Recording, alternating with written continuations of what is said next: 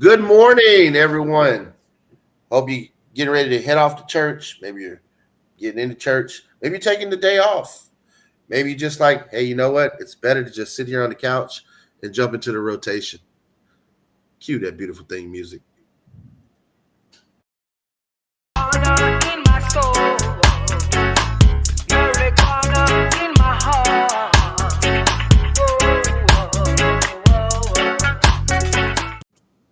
That's just too many questions. I can't Too handle many all those questions. questions on a Sunday morning. Oh man, I mean, your cold opens are better than mine, Gary. What can I say? So, well, look, folks, if you're tuning in today, welcome, welcome, welcome. If this is your first time in the rotation, we are Suncoast Normal. A few members of our board here. My name is Christopher Cano. I'm the executive director of the Suncoast chapter Normal, which pretty much stretches, you know, throughout the Suncoast of Florida and even across the I-4 corridor. We got members all over the place. And very proud that we're getting ready this September to be celebrating 10 years as a charter chapter of the National Organization for the Reform of Marijuana Laws. For those of you who might not know the rest of the folks and players here, below me is our deputy director live at our studios in Ybor City at the headquarters of Chillum Hemp and Mushroom Dispensary, Carlos Hermida. Carlos, how you doing today? Thank you, everybody. Thank you. I'm doing great. Thank you. Yes. For those who don't know, this guy is very handsome, as you can see from the subtitles. Seriously, I am. And next to me, there we go. That's how the boxes go online. Is our political director from Parts Unknown in WITSEC, Gary Stein. We got to stash him away because of all those politicians who just are terrified of Gary when he corners them in the hallways of Tallahassee to ask them the hard questions and stand strong on the hard issues. Yeah, that's why I have to stay at an undisclosed location. I think the Trump administration is coming after me, but then again, he's coming after everybody. So that's right. Make sure that you're registered to vote. And then, of course, we have a very special guest. For those who don't know, this month is Women's History Month, and we have an amazing woman coming on the show today who is trailblazing and making history within the cannabis movement, and that is Maritza Perez Medina, who is the Director of Federal Affairs from the Drug Policy Alliance. Maritza, welcome to the show. Thank you so much for inviting me. This is great. Thank you. Yeah, we're happy to have you in the rotation. So for folks out there who may not know about the Drug Policy Alliance, tell us a little bit about the organization, how it got started and what your mission is. Of course. So the Drug Policy Alliance is the leading national nonprofit in the U.S. that's working to end the war on drugs. So we believe that drug activity should be treated through a health lens. It should incorporate equity. And our mission is really to decriminalize and destigmatize drug use in people who use drugs. We've been around for over 20 years. I haven't been at DPA for that long. I've been at DPA for about 4 years. But my understanding of the history of DPA is that we were instrumental in passing a lot of the state level marijuana reform laws. And we still work across the country. We still work on marijuana, both at the state and federal level. But we work on a number of other substances, and we also work on harm reduction. So in other words, trying to expand access to health services for people who use drugs. Very, very cool. I was saying earlier, it seems like so professional over there at the Policy Alliance. I'm over here normal in my tie-dye shirt. And yeah. So, but that's the thing. It's like Drug Policy Alliance, basically. Normal we focus on cannabis, but Drug Policy Alliance is a logical approach towards all drugs, which is pretty much needed. And I'm sure most people in normal agree with the Drug Policy Alliance message. Can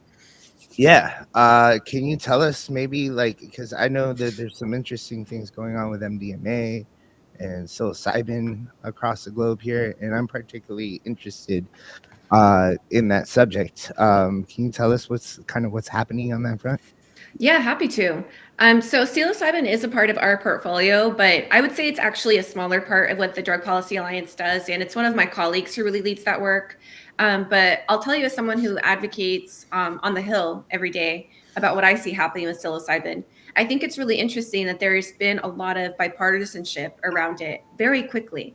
And we haven't seen that with marijuana. I think we see some bipartisanship around particular issues, but that took years, decades of work to get us to even have bipartisan support. Mhm.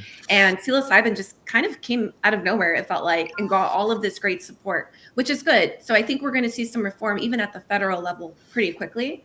And we want that, but it's just interesting compared to marijuana, because I advocate on marijuana, and I'm like, oh, it's so interesting to me that this really rallied people pretty quickly. Okay, so I not to be like that guy that you know what I mean, like to be like, do you know who I am? But I own a store here in Tampa, Florida called Chillum, and we did a media push a couple years back, and we were credited with being the first mushroom dispensary in the U.S. at least by the Wow. media.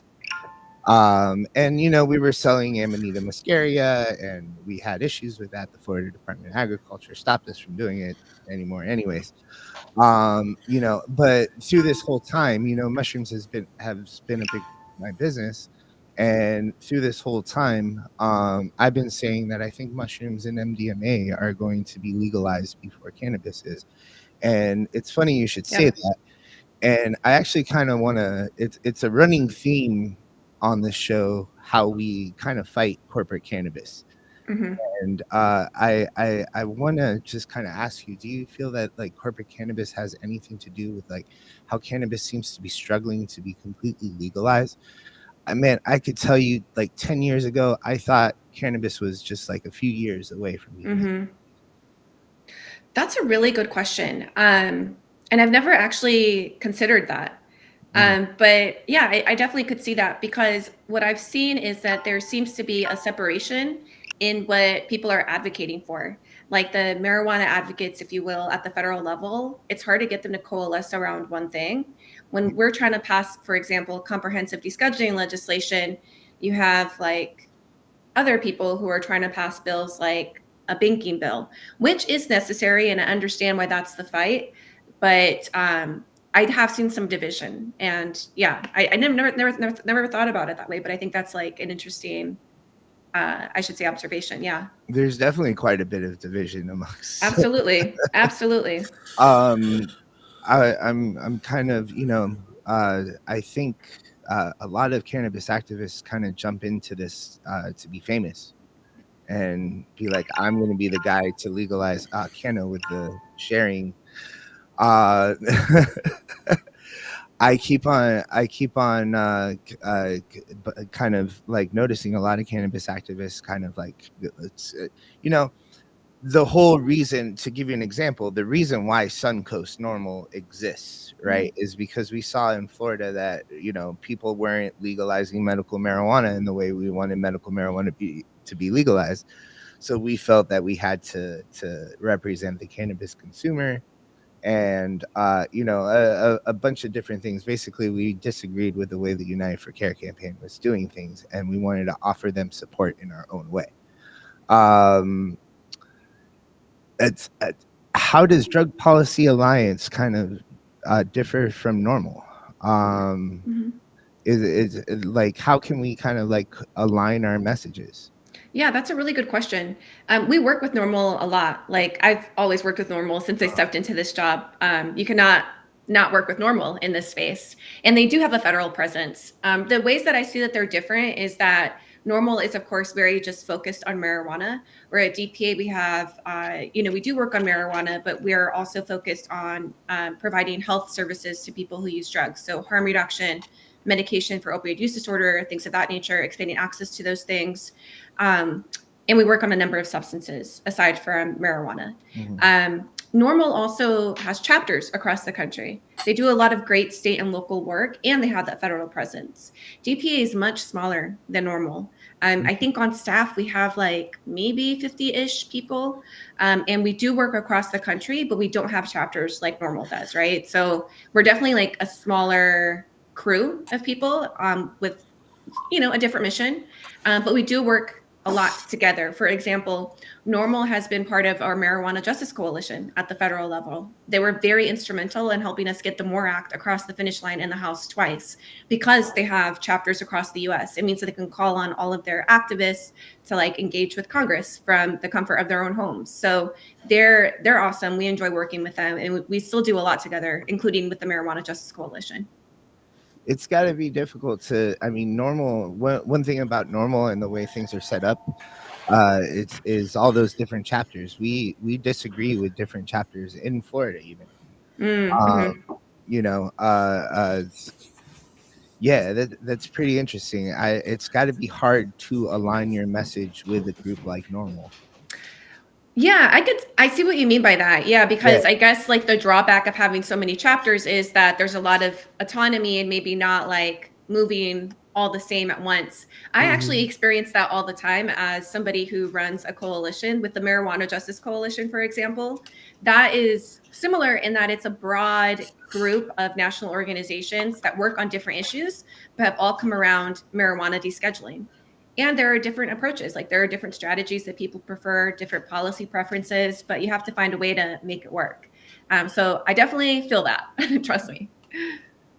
You know, one of the things that, as we're talking, is I see is really held up marijuana legalization versus what you were saying about psychedelics, is the impact that racism played in prohibition, and that the institutional racism in this country is so ingrained. You know, it is literally easier to legalize psychedelics than something that has an entire century of criminalization because of the groups that it targets.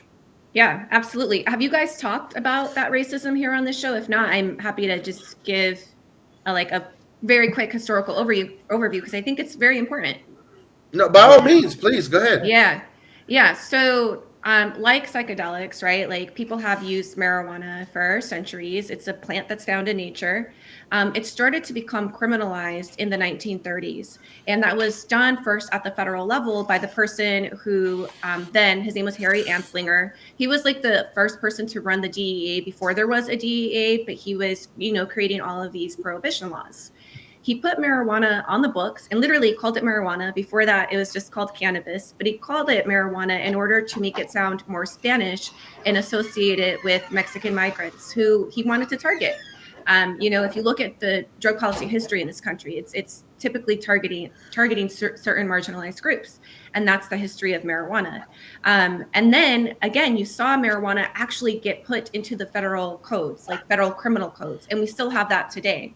One of the things that we tried to do with the MORE Act, this comprehensive descheduling bill that I talked about earlier, part of that bill is to remove the word marijuana from the criminal codes and replace it with cannabis, the scientific name. And there's actually still a debate about whether to call it marijuana or cannabis among, I would say, like progressive advocates. Some people, like the Drug Policy Alliance, continue to call it marijuana because that's what the community knows it as. Like people know it as marijuana or weed. It's like what our people say, right? And then also, like, we totally get that some people call it cannabis because they've tried to put a white face with it, whitewash it, especially when we're talking about like corporate people. Like now they call it cannabis to try to disassociate themselves from marijuana that has this association and history with people of color. And that's another reason we're like, no, we're going to continue to call it marijuana. But there's debate around that. There's also other advocates who say we should call it cannabis because that helps to destigmatize it. So, at the end of the day, I think people should use what they feel more comfortable with. Like I feel more comfortable with marijuana. And at the end of the day, it's also more important to just like get rid of the criminalization of it. That's really what we're working for. Well, it's funny you should bring this up. Yeah. Because me and the very silent today, Gary Stein, have had this debate before. And my argument really is, he's even gone as far to we're NORML, we're the National Organization for the Reform of Marijuana Laws. He's even gone as far to ask NORML leadership to change their name to NORCL, which I don't think will work as well. But yeah, sounds too much like Narcan, doesn't it? My idea is that, whether or not, and we've debated whether or not marijuana was a Spanish word before Anslinger got a hold of it. But whether or not that's the case, people who speak Spanish refer to cannabis as marijuana. And when a guy by the name of Gary Stein tells a guy by the name of Carlos Hermida not to say the word marijuana, it feels kind of racist. Oh, I didn't say you couldn't say it. You can say anything you want to. I mean, no offense. And I want to say Gary Stein is not a racist person. Gary Stein does not hate any type of group of people. Gary Stein is a very compassionate, loving man. But I can see how that would be considered, kind of shitty. You said, Maritza, that you are comfortable with the word marijuana. Is that because you're a Spanish lady? That's a good question. I mean, it could be, but I think for me, it just resonates more with me because it reminds me of my community. It reminds me of the people I talk to every day. Like, nobody outside of other advocates I know call it cannabis. Like, no one that I know. Like, they all say like marijuana or weed, or they have like other names for it that's not like cannabis. I literally only hear that in what are like workspaces for me. But that's just my experience. It could be different for others. Well, I'm glad we're talking about this because this goes to the conversation of political speech and political correctness, right? Yeah. I mean, we see this same parallel in the use of the term Latinx in our community. Sure. I mean, there are tons of Latinos who are like, X, what is that? In a desire to be more inclusive. But it clearly is a term that was probably not split tested among our community before it came out, which is why it hasn't been received so much in that space. And I think, cannabis, to Gary's point, is a proper scientific inclusive term. But Maritza, you're right. Carlos, you're hitting it. I mean, when it's your community, you're going to refer to it by what your community calls it. And let's be clear. Whenever a legislator puts the word marijuana into law, right, especially in when you're in America, you speak English and you write your laws in English. That just seemed weird to say, but I mean, let's be clear. When the speaks English, and if they're going to use a word other than cannabis to write a law about cannabis, that has racist connotations to it too. Yep. So all four of these boxes on the screen can agree with that.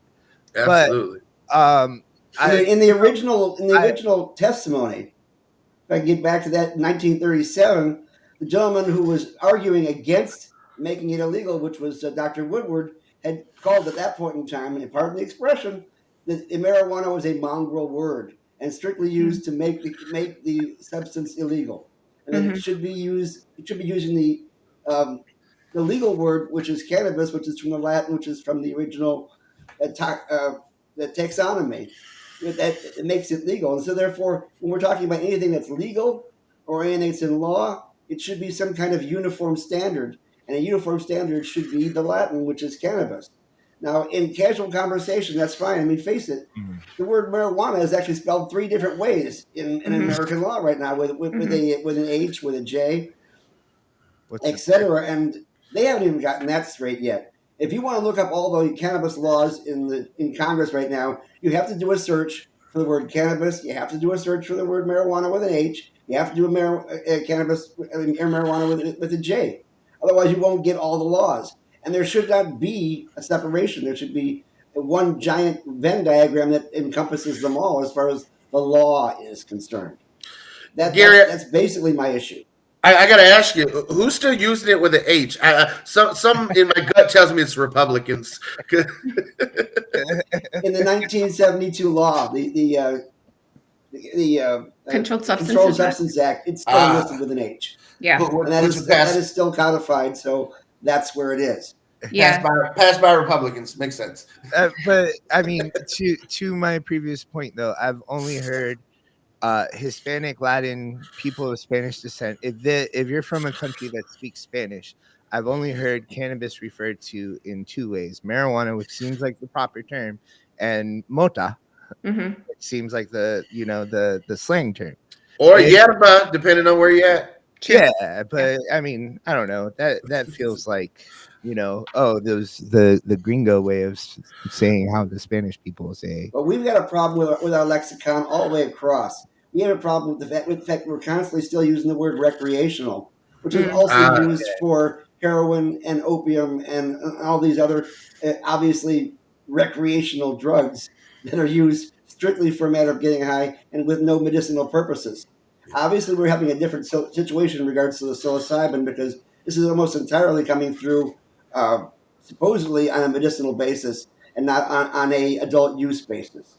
I prefer responsible adult use far over recreational because we've always had problems with that word. They use it against us constantly.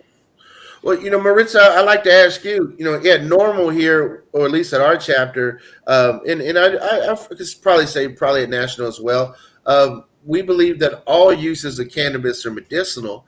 It's just a matter of the way they've set up the system. Medical marijuana systems require a doctor's recommendation. Adult use systems don't. Much in the same way, you can get these over the counter or you can get them with a doctor's prescription. So, is that similar parallels to what we're seeing with psilocybin? Do you think psilocybin use is medicinal no matter how you use it, or do you think that this whole dichotomy of adult use or recreational versus medical transfers over to psilocybin like it does with medical marijuana, or do you see them distinct? Just curious to how you feel that whole thing out. Yeah, that's a good question. I think I've always thought of psilocybin as like a therapeutic thing that people do, right? So like more association with medicinal. And my understanding of marijuana, I mean, like people use it for a number of reasons. And that's interesting that I didn't know that normal thought of it as all medicinal, because I do think a lot of people will think that some of it is, but I think people also think that people do it just like for fun or like as a social thing. I don't have like strong opinions either way. I just want to see it legalized. Well, we have a problem right now in that the DEA is actually considering the idea of rescheduling as opposed to descheduling. Of course, we could have it descheduled just by the Attorney General or our Deputy Attorney General just saying, I want to legalize it. But that is not going to happen. We've been trying since 1972 to make that happen because it was written into the original Controlled Substance Act that the Attorney General or a Deputy Attorney General could codify that and take it off the schedule, but they just won't do it. So one of the things that's been on a lot of people's minds is, first off, when the DEA is going to change the law, if they change the law, are they going to use their 5-point method or their 3-point method? And if it is, what impact do you see will happen if it does get rescheduled?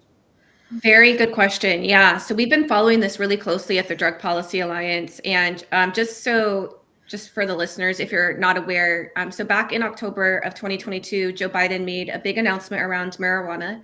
Part of it was these pardons for possession or use of marijuana for people with federal convictions and people also in DC who are subject to federal law. And he encouraged state governors to also pardon people for state offenses. But another piece of that announcement was asking that marijuana be reviewed, its status on the Controlled Substances Act be reviewed on the CSA, because right now marijuana is a Schedule I drug, and Schedule I drugs are treated the harshest at the federal level. So it usually means the harshest criminal penalties. They're really tough to study because there's all of these research restrictions that the DEA imposes on Schedule I drugs. It's also listed with other drugs that some people might say are, more addictive or quote unquote dangerous, because the idea is that the Schedule I drugs have no medical value and are highly subject to abuse. Whereas, once you go down the list, they're supposed to be less so. And in the CSA is listed, we have Schedules I through Schedule V. And no matter where you are on the CSA, there are criminal penalties. There's also research barriers. So I want to say that. Nonetheless, the fact that Joe Biden made this huge announcement got a lot of people excited because there's only two ways really that any drug can be removed from the schedule or rescheduled. And that's through congressional action or through an administrative review process, such as what we're seeing right now. So the review process started again in fall of 2022. End of last year, we heard that HHS was done with their portion of the review, and they recommended that marijuana be put on Schedule III. So now the DEA has to do its own review of marijuana. And that's standard. That's standard practice. HHS starts the review. It's an 8-factor scientific and medical analysis. And then they shoot their recommendation over to the DEA, and then the DEA does their own 5-factor analysis that's based off different things. It's not the same analysis that HHS does, and they're not tied to what HHS recommends. They do have to take their scientific and medical evaluation as fact, but they don't have to take the recommendation. Historically, they have. Historically, the DEA has just followed suit with what HHS says, which is why we think that they're probably going to say it should be put on Schedule 3, that they're going to issue a reschedule order, and that's called rescheduling because you're just moving it to a different number on the CSA. But what we actually want is descheduling, and that means complete decriminalization of marijuana. It means completely removing it from the CSA. That's what we want. I don't think, unfortunately, we're going to get that. I think the DEA is, again, going to do what HHS says, or I think they might even do something worse. Like, I also have like this fear that they might just leave it on Schedule 1 or even recommend a Schedule 2 placement. If it is moved to Schedule 3, not a whole lot will change. All of the state programs will still be technically illegal at the federal level. It will still mean that marijuana will carry federal criminal penalties. It would still mean that collateral consequences will attach for those criminal penalties, including for non-citizens. And I like to bring this up, and I think in places especially like Florida, this is important. We have to remember that there are really, really strict penalties for using marijuana or even working in the marijuana industry if you're a non-citizen.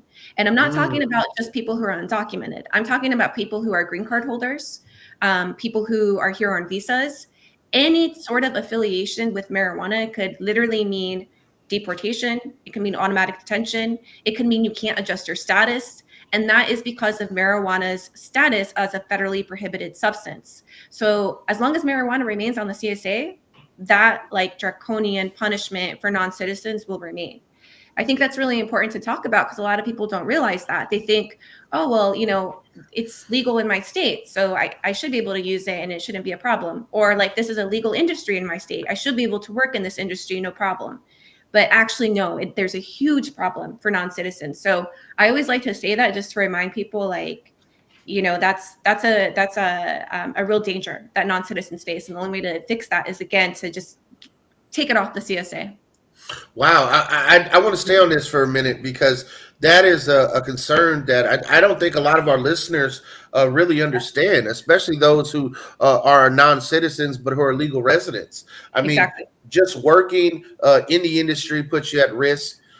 Utilizing it legally. I mean, yes, the State Department of Health in Florida, which has the registry, doesn't talk to the federal government. But, you know, if for some reason you got investigated, you know, because we were pushing a bill this session to protect the parental rights, you know, so if you got an investigation of your parental rights, you know, and your pending citizenship or something, you know, I mean, they ask you when you go to your citizenship, have you ever been in interaction with the police? Not have you ever been arrested? Do you even interact with the cops? You know, so there's definitely some exposure there legally that it seems that legal residents have in just engaging in the system, and that's just a shocker in a lot of ways. We do have to do something now. But before we move on from that, I do want to read something that the Congressional Research Service put out in November of 2021, and they said, quote, although the president may not unilaterally deschedule or reschedule a controlled substance, he does possess a large degree of indirect influence over scheduling decisions. The president could pursue the appointment of agency officials who favor descheduling or use executive orders to direct the DEA, Health and Human Services, and FDA to consider administrative descheduling of marijuana. The notice and comment rulemaking process would take time and would be subject to judicial review of challenge, but could be done consistently with the CSA's procedural requirements. In the alternative, the president could work with Congress to pursue descheduling through an amendment to the CSA. So what we really need at the moment is to press Biden and his staffers to be explicit in descheduling in the next letter that is sent to Health and Human Services, to DEA, to FDA. I mean, he essentially has one more letter before the election that he could send off and get this process of descheduling kicked off. Because as you pointed out, Schedule 3 will do nothing to solve prohibition. It just makes the penalties at the federal level a little bit less. And then even under Schedule 3, the FDA review process for drugs will never allow us becomes herbal flower. It's going to allow multi-state operators and big pharma to try and put it in a pill, and we're going to lose the entourage effect. We're going to lose the ability to really have the medicinal value of cannabis oil and other cannabis products if you have to stick it in an isolated pill. Absolutely. And I'm so glad that you brought that up, because that's something that keeps me up at night too. I'm like, if it's brought to Schedule 3, like think about like having to be in compliance with the FDA or just going through the FDA approval process. That is a lengthy, costly process. Who can afford that? Like big MSOs probably can, right? And they're going to be happy with the Schedule 3 recommendation, because actually Schedule 3 will mean that they know the 280E tax penalty no longer applies to them. That's a big benefit also for small businesses. So I'm happy about that. I think that's great. Like you're no longer penalized if, because that penalty only applies to Schedule 1 and Schedule 2 substances. So Schedule 3 means no more tax penalty. Great. But, I'm also concerned about like not having any restrictions on the market. Like we need to get a hold of that. And I'm really concerned about what we might see, like a corporate takeover if Schedule 3 happens, which is why we've been pushing for, we want this to be regulated through legislation. We want to address the market through legislation. But you also said something that we've also been working on, and I think is really important. Like, yes, we need to push Biden to do more. There's so much that he can do. Despite what happens with the DEA, he has a lot of power. Like he can actually expand pardons and clemencies. He's only done that right now for possession and use. Most people at the federal level are not there for possession. Okay. Like when we're talking about federal convictions, we're talking about usually trafficking or some type of like combination of convictions. And what we know is that while his pardons were great and a great start, not one person was released from prison or jail because of his pardon announcement, at least at the federal level. That's a shame. We know that there are people who are serving time, thousands of people who are serving time for federal marijuana offenses. We want to see those people released as well. There's a lot that he can do with his agencies. You were talking about collateral consequences earlier and keeping families together. He can direct all of his agencies. He can provide guidance. He can ask that they provide guidance so that people are protected, so these convictions don't come back and haunt them. We were talking about immigration. He can ask DHS to not deport people for marijuana use. It continues to be a leading cause of deportation, believe it or not, which is such a shame, because like we know that there's different laws. The laws apply different to different people. It's just deeply unfair. There's a lot that he can do, and we're going to continue to push him to do, because I'm like, despite what happens with the DEA, there is stuff he can do there. He's pretending he can't, but there is. But let's put that aside. There's stuff he can do now as a sitting president, like use executive actions, use your influence, support descheduling legislation. He still hasn't done that. He has not said that he supports descheduling.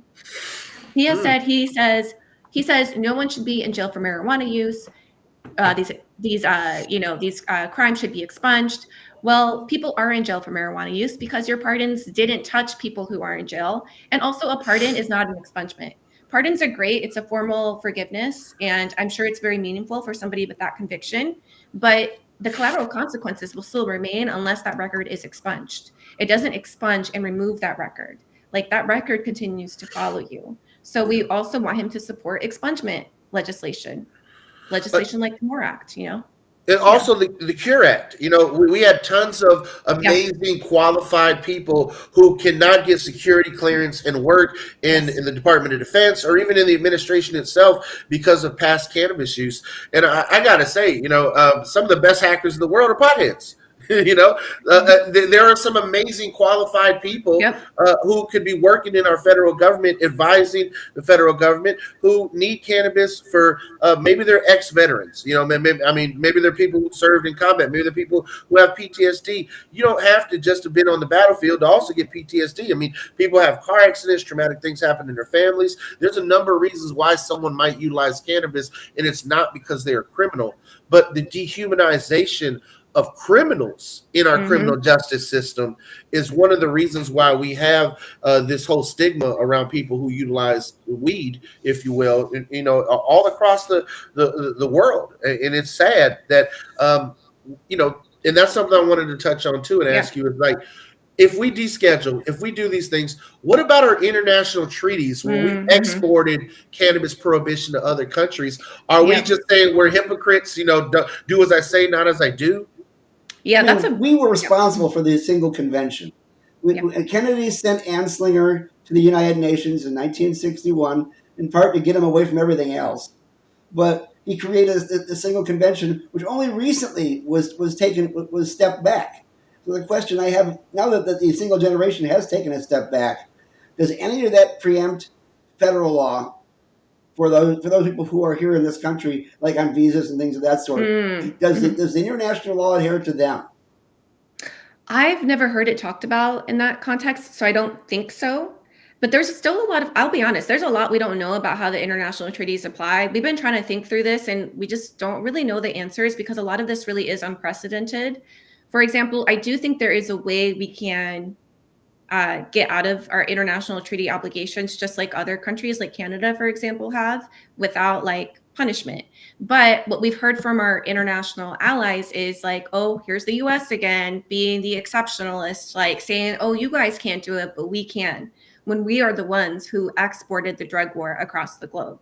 So like, is that fair? Is that just? Like, how do we address that? So I think it's really complicated. It's really complicated. And then I also think about the fact that the DEA is probably going to, I mean, I think there's a chance that they might say, well, we can't move it because of our international treaty obligations, which is kind of bull. There is some truth to it, but not really. I'm like, we've always done like what we wanted. And listen, I'm a lawyer, but I'm also somebody who like understands that the law is all fake. I'm like, we can make the law work and do whatever we want. Rules are also fake. Like if we want to do something, we'll do it. Like the law shouldn't stop you. It's garbage. I really hate when people use that as an excuse. You remind me of Matthew McConaughey in Wolf of Wall Street. It's a fugazi, it's a fugazi, it's a woozy, it's a wazi. You know. This last week, I should mention, and just because nobody else has mentioned it yet, that Kamala Harris met with Chris Goldstein of Normal and a bunch of other potheads, basically to talk about cannabis. And she came out saying cannabis needs to be legalized. Is that correct? Yes. Will that move the ticker at all in DC? I was very intrigued by that because she really went off the script there, because nobody in the administration up until last Friday or like the Friday before last Friday had said that like marijuana should be legalized. And I don't know if that was intentional, if that was a slip up. I am not really sure. I don't think it'll, unfortunately, yeah. I mean, Maritza, you've been in politics long enough. You know, in the world of federal politics, everything is really scripted. You know, even when it seems random, it's not. I mean, we're in election year. The poll numbers are diving. How do you beat Donald Trump? You go on a pro-weed platform. Absolutely. Listen, yeah. That Joe is also seems to be a very persuasive individual. Apparently. But Carlos, if you saw the pictures, he's not fat anymore. He looks good in that suit, man. He's only fat in title now. Indeed. You know, I think also, and let's be real about this, Vice President Harris' past cannabis use probably has some influence on it. You know, I think hypocrisy really does resonate negatively with younger generations, especially millennials and Gen Z. And in her speech at the White House, she did recognize her own contributions to the drug war as a prosecutor in the San Francisco Bay Area. So I think that her and Joe Biden to do a 180 on cannabis is going to require, you know, penitence. It's going to require an acknowledgement in a sense of truth of their own harms. I mean, because, you know, prior to him being old Uncle Joe with Barack, you know, for millennials who, you know, at least the ex-millennials like myself who are a little bit older, you know, who are now, you know, turning 40, we remember a Joe Biden that was on C-SPAN, you know, trying to put, you know, people for smoking crack in jail for life. Yep. You know, we remember the 3 strikes Joe Biden. You know, it wasn't the old nice Uncle Joe who's, you know, on his way on to heaven that we're all going to remember fondly. Man. There's a nasty Joe Biden that existed in the 90s that has done a lot of damage in this country. As important as it is to point that out, I think it's very important to point that out. I think it's also very important to say that, Joe, I will forgive you for all the shit you did in the past if you just take a formal and logical approach towards marijuana and actually do something. It's actually a running theme on this show that Joe Biden isn't doing anything. How long ago did we interview Norton? That's a good point. Yeah. Marissa, for past reference, we had Congresswoman Eleanor Holmes Norton on the show, Oh, and she discussed with us the fact that DC retail sales are not being held up by the folks across the aisle. It's being held up by the Biden administration. Oh yeah, he included it in his budget this year too. The budget still maintains the rider that the block from DC from engaging in legal market sales. And Carlos, I have to say I do differ from you because for me, him being good on marijuana would not be sufficient. It would go a long way, but he's been just really awful. He's been the Joe that we know on the other criminal justice issues. He's been pushing for really harsh criminal penalties for fentanyl analogs, just like he did with crack cocaine. He's been pushing for trash border policies recently, giving all the money to CBP for this election cycle. I mean, it's the old Joe Biden. So for me, I'm not surprised by anything we're seeing. I'm like, this is the Joe that we know. Kamala is a little more interesting because I will give her this. Like, she did co-sponsor the MORE Act in the Senate when she was a senator. She was the only senator at the time to do that. But I will say, we had a lot of hope for her, and that quickly went away. And even with this event that she really did, it was nothing new. It was same old we've heard from her. I mean, I would have been impressed had there been an announcement, and we're going to do this now, right? And there wasn't. So I don't know. Well, in regards to Kamala, I mean, when she was in California, she was the Attorney General. The Attorney General does not legislate. The Attorney General applies the law. So that was her job, to apply the law in California at that time. The amount of interpretation that the AG has is not that great. It really is, not as far as state law is concerned. Now, we have had vice presidents in the past that have had gaffes, that have come out on open mics, that have actually changed laws. And we're talking about Joe again, when he talked openly about Obama's evolution in regards to gay marriage, where that actually did change the policy when he kind of blurted that out. So it is possible sometimes for the vice president saying things out of turn that may actually change once they realize that there was actually something going on in regards to that. Yeah, I think it's a possibility, but I also think it's also true that they know that marijuana polls really well, especially with young voters. It's extremely popular across demographic groups, young people get excited about. So I also think that they're purposefully trying to pretend that they've done so much, and that they're also pretending that rescheduling will be a win. I think they want to do that for election purposes. And I know that sounds very maybe I've been in DC too long, but that's kind of how I see it. Plus, I think with Joe, young voters usually includes people 70 and under. Gary, you say that. I recall a Saturday Night Live quip that said, Joe Biden's problem with Israel is that he's older than the state of Israel. Well, I want to take a moment and kind of switch gears. I know Kano is going to want to get into the news a little bit later. I want to change from talking about politics and kind of go to public opinion. And one of our members was in South Carolina, North Carolina. South Carolina, yeah, South Carolina last night. And I'm going to take a moment to share the screen to show you, Maritza. There's hopefully I get the right. Yeah, there we go. Okay. So this is in front of a movie theater. This is off of our Instagram right now. This is a movie theater that will kick people out if they smell like marijuana. And I think it's important to bring this up, especially when we're talking about politics, man. I don't think marijuana has been seen in a favorable light recently. And I consider things like that to be bigotry. I think that, getting in the way of the way somebody takes their medicine, is really it's some form of bigotry. And I just want to take a moment to see what you think about that, Maritza. I've never seen anything like that, but I agree with you. I think that's horrible. And it also makes me think that it's a certain stigma that's associated specifically with marijuana for a reason, because I don't see signs like that for tobacco. Yeah, or if you smell like alcohol, we'll kick you out. Right. Or, even any other type, you smell like Bengay. Yeah. You smell like crack. No, I think, I think this is one of the, we talked about marijuana legalization being delayed earlier. And I think this is one of the reasons why it's being delayed. I think, the conservatives are having their day. They're changing public opinion. Stigmas like marijuana smokers are lazy, marijuana smokers are stupid, marijuana smokers are forgetful, are really coming back. We're poisoning the mind of the kids. I mean, that was what they said when we had our marijuana float in the 4th of July parade. Remember, Carlos? Oh yeah, that's true. That we were affecting children by showing them marijuana smoke, or it wasn't even real marijuana smoke, but it was a giant blunt. But what do you expect from a normal 4th of July float, right? A giant smoking blunt saying legalize it, going down. I mean, how more American can that be in a 4th of July parade? And we were accused of poisoning the youth of the Bay Area. Why didn't you just tell them it was an advertisement for Bugle Boy?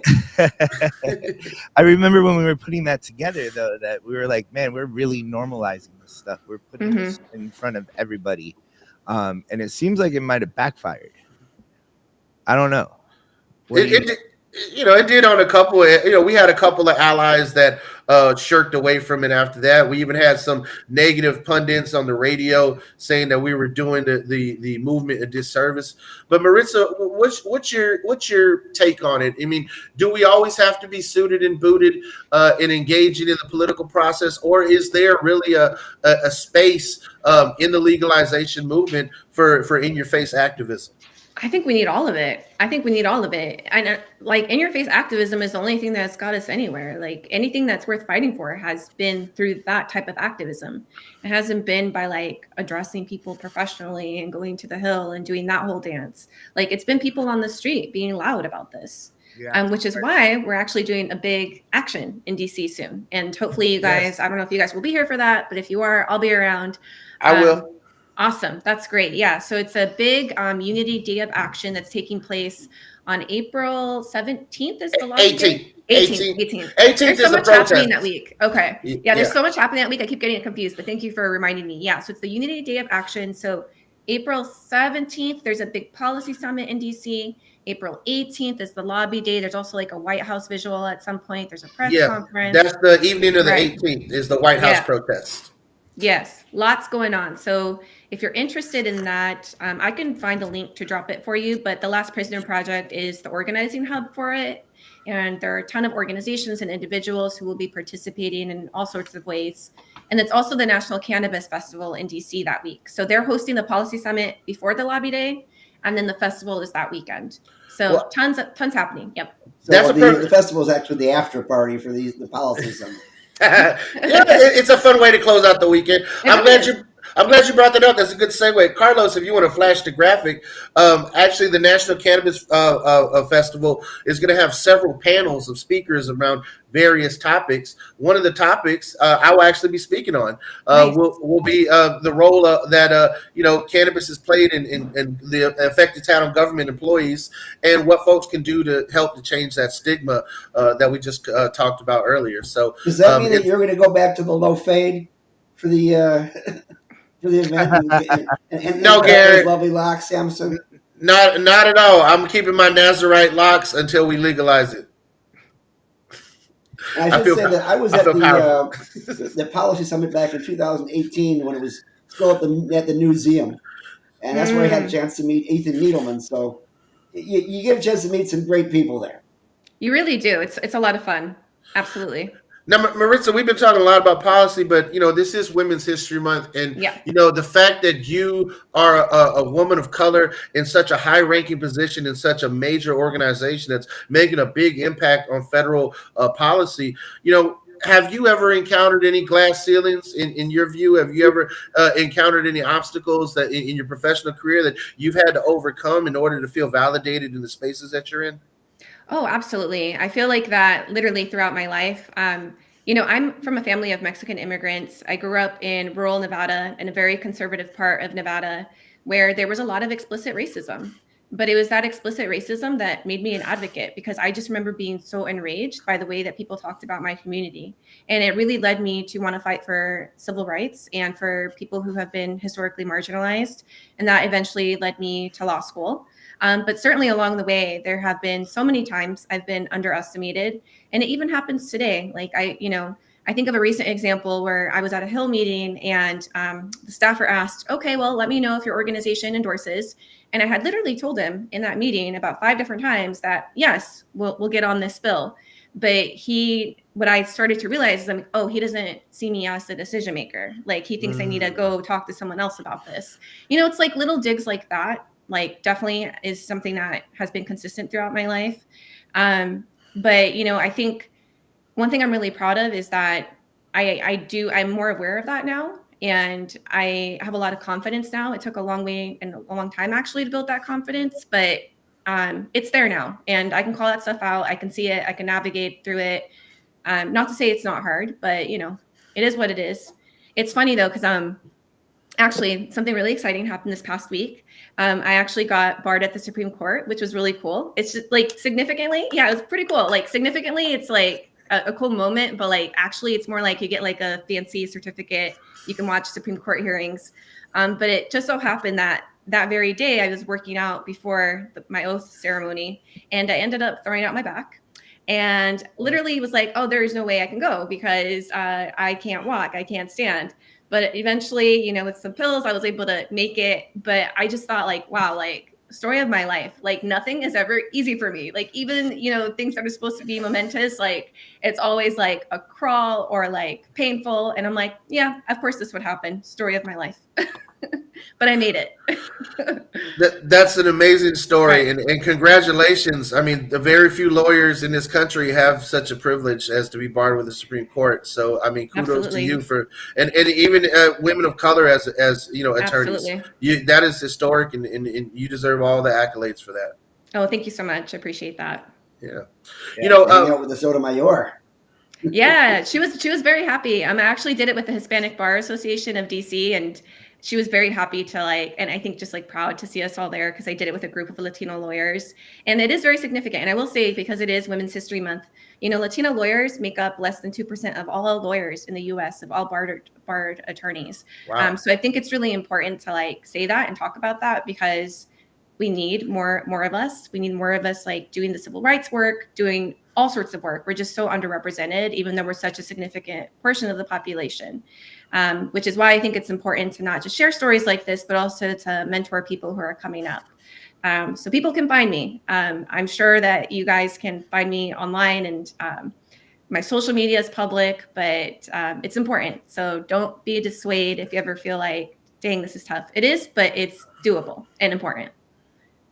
We That's the question appreciate we usually ask when we get towards the end of the show. How can people contact you if they have burning questions that only you could possibly answer? Well, I do have a Twitter profile, and I'm also on Instagram. Those are probably the easiest ways to get a hold of me. So on Twitter, it's at Maritza C. Perez. No, actually, I don't know what it is. I have to look them both up. But I'm on Twitter. I'm on Instagram by my name. So hopefully, if you type in my name, you'll be able to find me. Awesome. How many federal bills are going to die in this next session? Many. It's incredibly hard to pass a bill all the way through Congress. It's hard to pass even through one chamber. Most bills actually just die and then are reintroduced. So probably the majority. So we're looking forward to the reintroduction of the SAFE Act, the CURE Act, the state law that Nancy Mace put out. Well, and all the other ones that we hoped would go through and got stuck somewhere in committee. Well, the Senate is going to reintroduce the Cannabis Administration and Opportunity Act soon. That has not been reintroduced. Yeah, so they introduced it for the first time in the last Congress. So now they have to reintroduce it in this Congress. So I'm hoping that they'll do that before people head out to DC, so we have something to lobby around. But we expect that bill to drop pretty soon. And again, fingers crossed they do it before the big lobby day. I got to ask, do you think that if we got that bill through the Senate, that's something that we could pass in a Republican-controlled House? No. No. There we go. Yeah. Elections matter. So this year, 2024, I mean, and that's something that we've been accused of being partisan a lot, but the truth is that I am a Democrat who is highly critical of my own party because I want them to do better. I don't believe that two parties should mirror each other. There should be stark differences in when you take a moral stand, you should stand on it and not be hypocritical. Carlos, was an independent for many years until the anti cannabis sentiments of the GOP in Florida kind of pushed him farther to the left. And Gary's the most even keel liberal that I know when it comes to politics, and always have given conservatives a platform to say their piece and support us when it comes to this policy. But I gotta say is that it's really going to take Democrats holding the Senate, getting control of the House, and maintaining the presidency if we're going to see any movement on legalization in the next 2 years. Otherwise, we might as well just kick the can down the road another decade because we're not going to see any movement with the gridlock in Washington. I find it important to stay right in the middle because we have to be able to hear both sides because both sides have a voice. That's why we were able to get Nancy Mace on the program. Not too. Oh, did he freeze for you guys? Yeah. It's actually been about in her car escaping a lockdown in her office back in South Carolina. But we did have a chance to talk to her, and she was very confident that her bill was going to go through on a bipartisan basis. And I didn't see it going anywhere. Yeah, I mean, Gary, you also have to think, though, is that, there are allies let me not say allies. There are people who are good on cannabis policy that you don't necessarily want to be allies. I mean, let's keep it real. Matt Gaetz is a prime example of that, of someone who's great on cannabis policy, but it's like, do you want to be seen publicly in a photo with a guy who's being investigated for human trafficking? Like, Matt Gaetz. So these are the issues with some of these folks. I mean, Nancy Mace, kudos to her for her accomplishments as a woman, being the first female graduate of the Citadel. Kudos to her for clawing and fighting and getting where she's at in Congress. But if you listen to her on 98% of the other issues, it's like, and even some of her opinions on some of those issues are like, no, I don't know if I want to be in a photo with you. The more I've learned about politics, and I'm going to sound very liberal here, but the more I've learned about politics, the more I actually paid attention, and not about whether or not this politician is Republican or Democrat, but paid attention to the way that Republicans use their vote and their influence. The more I became liberal, because they're fake. They don't, quite honestly, the Democrats really are the party that champions small business and really a lot. I think a lot of Republicans looked at how Democrats and Republicans use their vote, right? They would feel that a lot of Democrats actually use their vote in a more free market way than Republicans actually do. Because Republicans really do use their vote to just stifle industry. It really is crazy. I don't know. Did everybody freeze? No. Oh, no. We're not in an agreement over here. And, if there was a cool Republican that actually stood for small business and, your right to freedom and liberty, if there was a Republican like that championed that rather than Donald Trump, I might be Republican. But no, here I am. I'm all the way to the left now. Democratic Socialist all the way. Carlos, I just heard your father get 5 gray hairs when you said the word socialist. I think your mom had a palpitation when you said that, brother. Because you guys know how great my parents are and how much they support me, and they actually checked out the Florida channel to see me speak at a committee hearing, and they saw how the Democrats were using their time and how they were speaking, and they were like, "These Democrats sound like they're Republican." Like they're trying to save industry in Florida. It's crazy how confused that Republicans actually are with their policies. Yeah. Gary, Kenna, you want to talk now? No, we're just letting you hang yourself here. So I'm good with that. I'm not hanging myself. Fuck that. You got to go to Sunday dinner after this, not us. We'll be okay. We don't talk about politics anymore. For every Matt Gaetz we have on their side, we have a Menendez on our side. That's just the way things end up. I mean, people who get into politics, for one thing, have to have a humongous ego just to even apply for office in the first place. And sometimes that kind of twerks their personalities.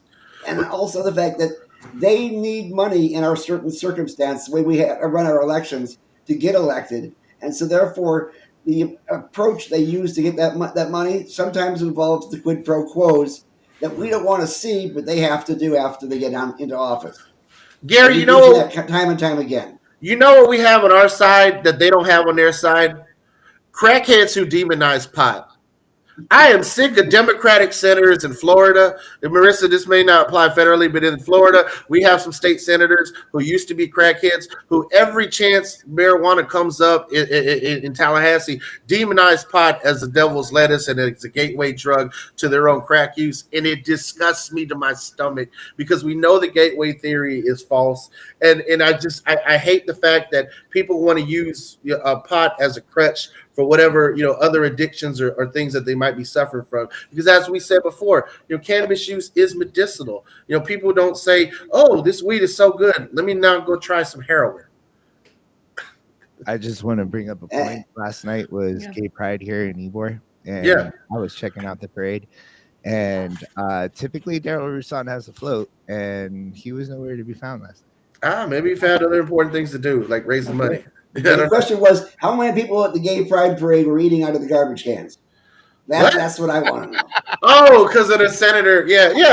One of our state senators who used to be a crackhead was like, oh, I was eating out of garbage cans when I was at all this. I'm like, hey, I mean, if you got the munchies, you got the munchies, but. Florida's always interesting. I'll say that. Marissa said she's like stone cold right now. Like, I have no idea what y'all are talking about. I don't, but it sounds very Florida. I feel like every headline that I'm like, that's questionable is always Florida. So. Oh man. First off, Senator Osgood, I'm glad you got off of crack. That starts out with that. Secondly, if you were correct, all the dumpsters in Florida would be empty. All right. Well, moving on. In all seriousness, Maritza, thank you for joining us today. We really appreciate all the amazing things that you're doing. And look, we're here to collaborate. So anything that you need from our chapter or from National Normal, I serve on the board of National Normal. We're behind you, 100%. And we definitely want to collaborate with Drug Policy Alliance.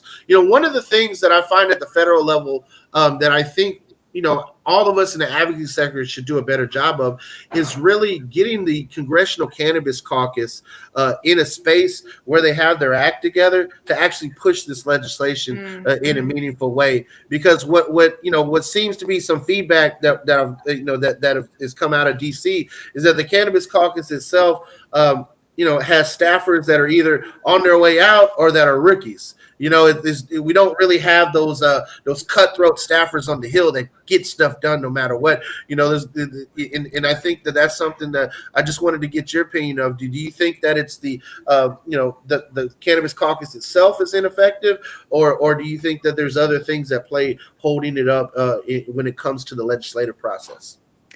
I mean, I think they're dealing with an institution that is very broken, which makes it incredibly tough. Of course, there are things that I would like to see the Cannabis Caucus do more of. Like, they always try to maintain bipartisanship and try to not be so political, believe it or not, just because they're trying to promote any bills that make progress on marijuana.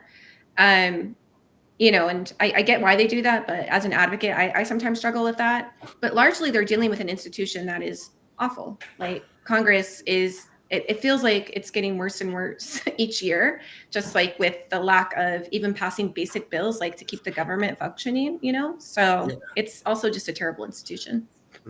Is there a PAC out there or an organization that, us as advocates can go to really get rid of prohibitionists, to really tip the numbers in our favor? I think the best thing to do is to just really use the organizations that you all are connected with, like normal, like the Drug Policy Alliance. You can do the same with us. Like there's a way to follow our website and engage with the work that we're doing. And we'll always lift up different petitions so that people can get directly in touch with their members of Congress. That really helps. Like people really do take notice of the messages that are coming into their offices. And if we're louder than the prohibitionists, if we're louder than the rescheduling people, that goes a long way, and we need that. So we're going to continue to try to motivate our followers to like engage with members of Congress, because you all make a better and greater impact than someone like myself. Like they see me as like someone who is a lobbyist, because I am, like that's what I do. But like you all are the people that they want votes from. Like your voice actually really matters a lot. Well, thank you, for being on the show today, and we'd love to welcome you back for future rotations. I mean, you've been an amazing guest. Carlos, I think it's time for the normal news. What do you think, brother?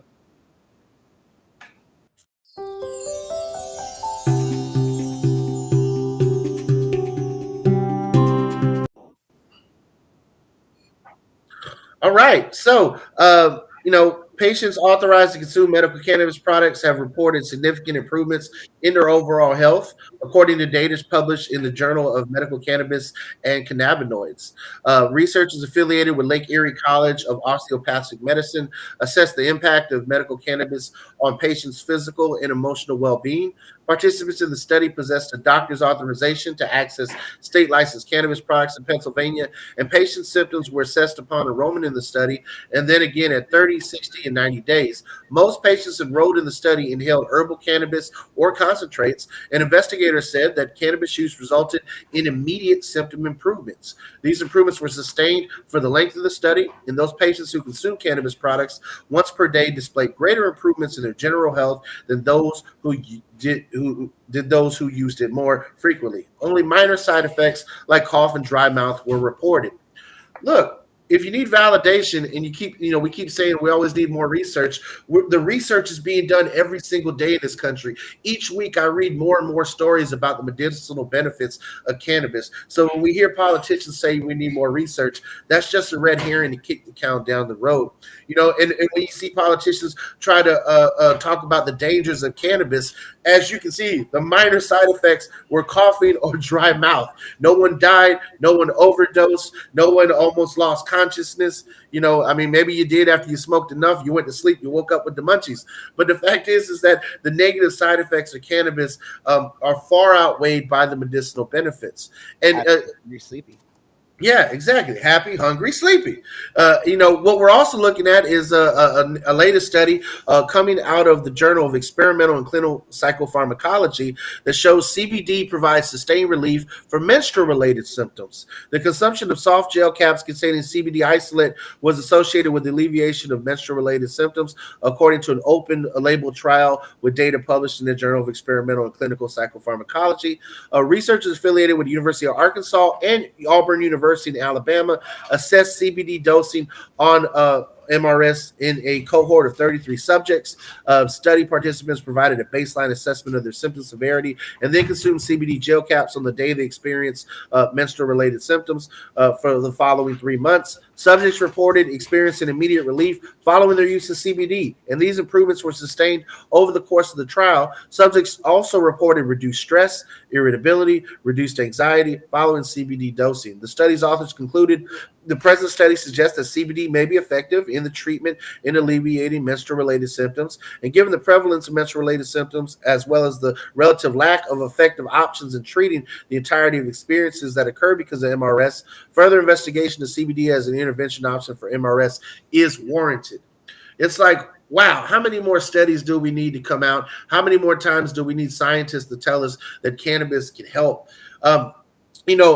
One of the things that I think folks don't realize is that this is talking about CBD isolates, but what if those folks were getting full spectrum cannabis? And what kind of relief even more relief would they have?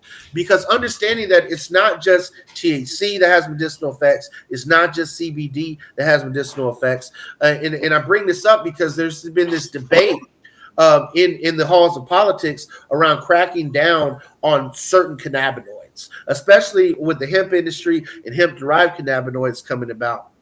But also, we rarely talk about terpenes and how the essential oils that exist in the cannabis plant also have medicinal effects. And so, coming out of Baltimore, Maryland, data published in the journal Drug and Alcohol Dependence showed that limonene terpene reduces THC-induced anxiety. The co-administration of THC and the terpene D-limonene is associated with reduced feelings of anxiety, according to the data published in the journal Drug and Alcohol Dependence. Researchers with Johns Hopkins University, Gary's alma mater, assessed the influence of D-limonene on THC's subjective effects in 20 healthy volunteers. D-limonene is a terpene commonly found in many citrus fruits and is very common among cannabis, among the abundant terpenes that you're going to find within the plant. Participants who inhaled D-limonene concurrently with THC reported significantly reduced feelings of anxiety and paranoia as compared to those who inhaled THC alone. The inhalations of higher qualities of D-limonene was associated with more pronounced effects, and D-limonene reduced THC-induced anxiety effects in a dose-dependent manner, the study's authors reported. In co-administration did not influence any of the other effects of THC. The study's authors concluded D-limonene selectively attenuated THC-induced anxiogenic effects, suggesting that this terpenoid could increase the therapeutic index of THC. Further research should determine whether this effect extends to oral dose formulations and evaluate interactions between other cannabis terpenoids or cannabinoids and THC. So, what we really need is more research on how to get more value out of our medical cannabis, and not research as to whether or not cannabis will kill you, because clearly it won't. For all the hype that we're getting. Now, one thing that folks do have, and we at Normal are a consumer advocacy organization, is to warn advocates and cannabis consumers. And one of the latest analysis coming out of the Journal of Forensic Sciences shows that labels on CBD vape pens typically provide imprecise information regarding products' contents, according to the data published in the Journal of Forensic Sciences. A team of scientists from Marshall University in West Virginia quantified cannabinoid components in 9 retail brands of CBD vape liquids, and hemperized CBD products are often available over the counter at gas stations and other retailers. However, they're not federally regulated, and they're typically subject to few, if any, state regulations. Of the 9 products analyzed, 6 possessed levels of CBD that were statistically different from the amount reported on the label, a finding consistent with many other studies. Moreover, investigators reported that most products' cannabinoid content fluctuated significantly over time, depending on storage condition, time, and temperature of the vape liquids. I mean, Carlos, this is a subject that we talked about in extensive on your show when it comes to hemp-derived products. If they sit on the shelf, if they're not stored properly, the THCA can convert to THC, and you can test hot on hemp products. And we're seeing something similar when it comes to some of these vapes. Also, to the consumers out there, maybe not buy your vape pens from the local gas station or bodega, but go to a reputable person like Carlos, who has third-party testing available on the products that they're purchasing. And I think that's a major thing, too, for consumers. It's like, let the buyer beware. You got to trust the person that you're getting your medicine from, in order to really have that peace of mind that you're looking for. So just wanted to point that out for folks. Carlos, what are your thoughts on that? As much as I want to say, don't get your cannabinoids from somebody else. I also want to point out that all these hemp pills that have sprouted out across the U.S., one of the biggest funders of the opposition has been the convenience store lobby. So the convenience store lobby has stood up against the medical marijuana MSOs. And there is an argument saying that it doesn't matter if you get Tylenol from CVS or if you get it from the gas station, it's still Tylenol. It's true. So I'm sure some of these products in the gas stations are all right. I get you. I recall going to New Jersey a couple years back, and waiting in line and all excited to try their adult use products. And then they told me, oh, you're not a medical marijuana patient. You can't get concentrates. And I was like, damn, I really wanted to get a vape pen for the ride home. So, I went across the street to the gas station. And they had THCA. They had, this was before they were starting to crack down on all the different cannabinoids. I mean, there was at least 6 different cannabinoid-based, products that at the time I could have got. On the other hand, too, the consumer can could see some red flags there. If the vape cart at the gas station is 3 milliliters and it's $5, there's a chance that that's not even hemp. So well, it also has to do with the branding of the products and whether or not you can trust that particular brand. A lot of times, the gas station brands aren't necessarily ones you might recognize. And just for the same reason you don't buy a pregnancy test at a dollar store, you probably would not want to buy a pharmaceutical product with an unknown brand in a gas station. I mean, I don't even trust their empanadas. I mean,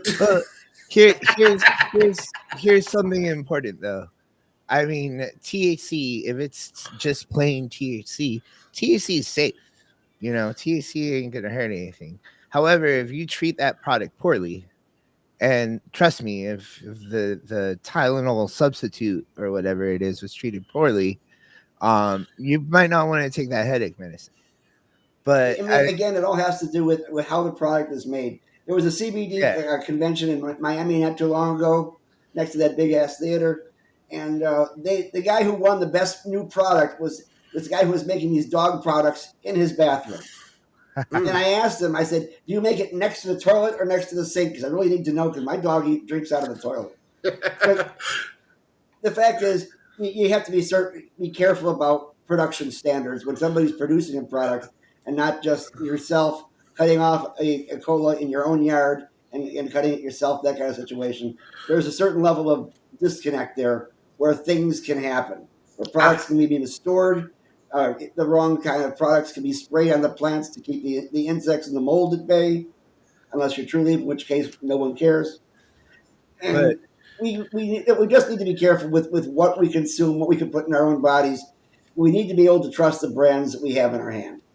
With all that being said, though, I do want to point out that I do believe that part of the reason why those hemp bills went through here in Florida was because the Florida Healthy Alternatives Association failed to get the convenience stores on board to donate money.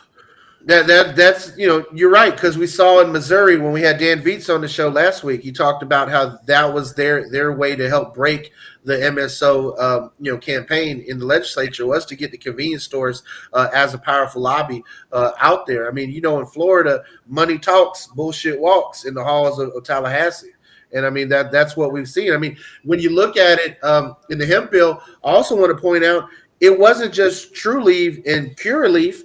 You also had Geo Group, the largest private prison in America, advocating to put you out of business, Carlos.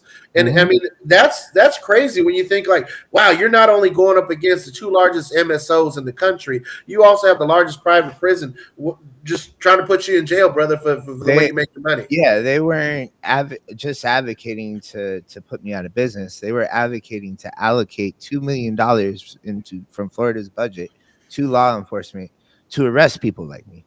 Yeah. So Maritza, what are your thoughts on this whole criminalization of the hemp industry, post Farm Bill 2018? I don't necessarily work on hemp. I've been keeping up with it. And the only thing that comes to mind is this is just another case to regulate marijuana. Like, we just need to regulate the entire industry, because that's really where a lot of these problems are coming from. Yeah. But yeah. I think this plays into what you were talking about earlier, where there's a lot of infighting amongst marijuana advocates. And now you're actually seeing marijuana advocates who are employed by MSOs who badmouth cannabinoids, who are like, fuck Delta 8, fuck Delta 10, Yeah. And it's strange to me. It's strange to see somebody who dedicates their life to cannabis, yet those cannabinoids are bad. These cannabinoids are good. But we realize that we have MSOs out there who are demonizing THCA, and yet they're using and selling THCA in their own product. Yeah. It's rumored that the reason why Kim Rivers didn't was able to get past 280E for True Leaf was because she claimed that all she sold was THCA flower. They actually sell hemp. So it's a rumor. It's a rumor. But I mean, hey, that's wow. Like, hey, no, we're not selling marijuana. We're selling booth to our customers disguised as marijuana.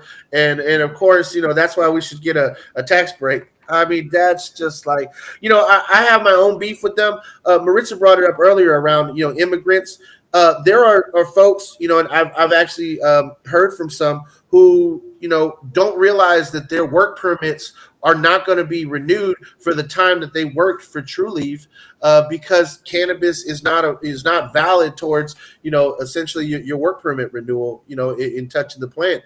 And I don't believe that they probably notified those folks adequately about that. It almost feels like, they're baiting and switching immigrants in a lot of ways in other states when it comes to having them touch the plant and cultivating it. And that's a major concern. I feel like that's even maybe open for some type of litigation or civil action, because, that's just not right to have folks in that situation.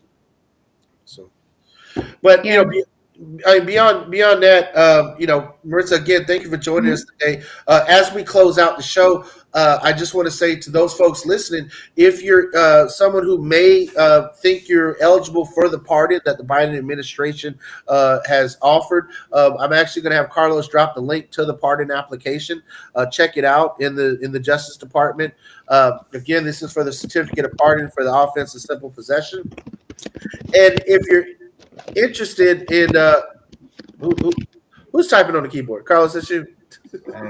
That was me. I'm sorry. Oh no, that's all good. And for all of those listening, if you want to get involved, obviously, Maritza with Drug Policy Project, Drug Policy Alliance is doing some amazing things.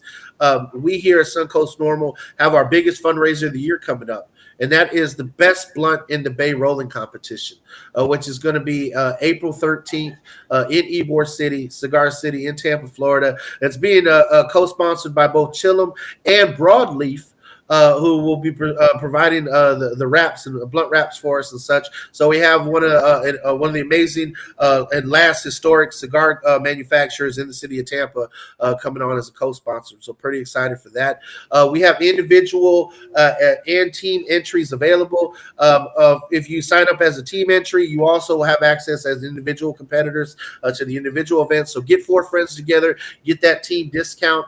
If you're someone who wants to be a judge, judges have the coolest role in the whole event. They get to smoke the products, the entries that are put forward. So definitely sign up to become a judge.